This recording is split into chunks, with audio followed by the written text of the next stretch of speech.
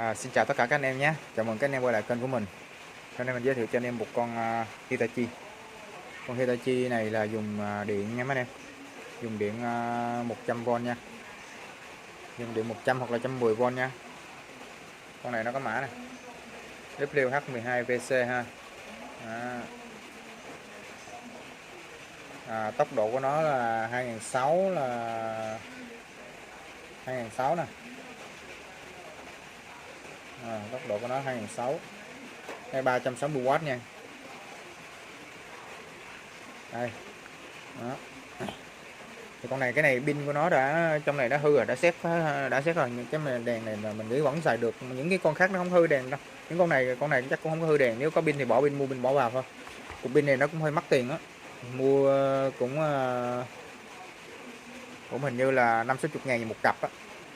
Một cặp pin nhỏ xíu 50-60 ngàn cặp. Đó, thì con này nó nhìn nó ngoại hình nó rất là ok, liền lạc. Nội thất nó là mọi thứ nó đều mình đã làm lại, nhìn cũng rất là đẹp nhé, rất là đẹp. Riêng cái cò á, thì cái cò zin của nó á, là cái cò đó nó bị hư, nó bị sét ở trong á, rỉ sét ở trong, nó hư cả bo mạch luôn, nó sét cả cái bo mạch luôn ha. Nó rớt luôn cả, nó mục luôn cả mấy con chip, mấy con điện trở trong đó ra luôn rồi. Mình lấy một cái cò khác mình bỏ qua ha, một cái cò của một cái máy Hitachi khác mình bỏ qua. Thì bắn rất là, như anh em cũng nhìn thấy ha, trong video nó bắn rất là mạnh, rất là ok. Thì cái điều đây nè, đây là mình nó có một cái như vậy, là cái điều tốc nó chạy vô cái số mà gần max á, là cái đó nó không ăn, là cái số nó không ăn. Nhưng mà bấm vô mắt luôn thì nó sẽ ăn ha. Đây là có cái chỗ này nó bị khựng này ha, bấm vô sau này nó ăn luôn. Có nghĩa là nó có những cái số, những cái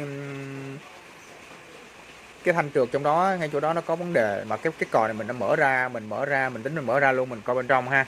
Nhưng mà mở ra chỉ tới được hai bên thôi, chứ còn ở trong đó nó đóng khối lại, rất là khó mở ra không được. Mở ra là hư luôn cò.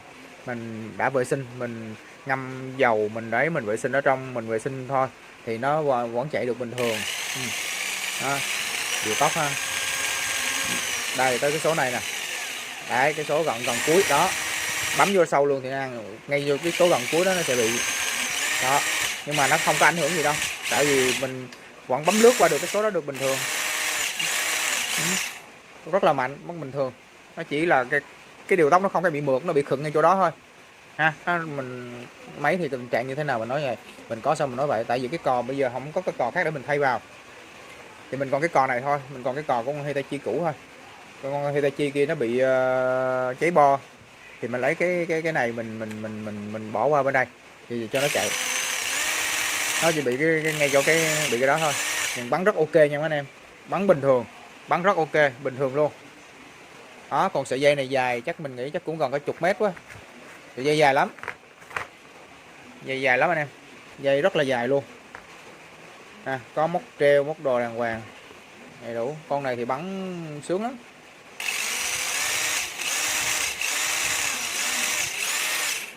Mở ốc mọi đồ cũng được đó mấy nè. Bắn là leo lên tới nóc nhà luôn á, dây này là leo lên tới nóc nhà luôn nha anh em.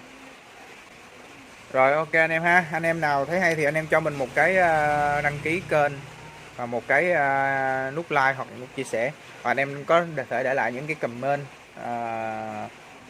để tăng tương tác, giúp cho cái kênh của mình nó phát triển, và mình sẽ làm những cái video khác cho anh em xem nữa ha.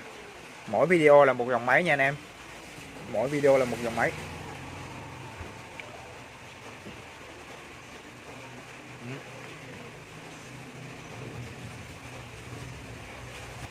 Rồi ok anh em ha. Rồi cảm ơn anh em đã theo dõi kênh của mình, và cảm ơn anh em đã đăng ký, và cảm ơn tất cả các anh em đã xem video của mình nhé. Anh em nào cần cái gì thì liên hệ số điện thoại trên màn hình ha. Rồi hoặc nhắn tin hoặc gọi điện vào Zalo, hoặc là gọi điện trực tiếp cho mình cũng được ha.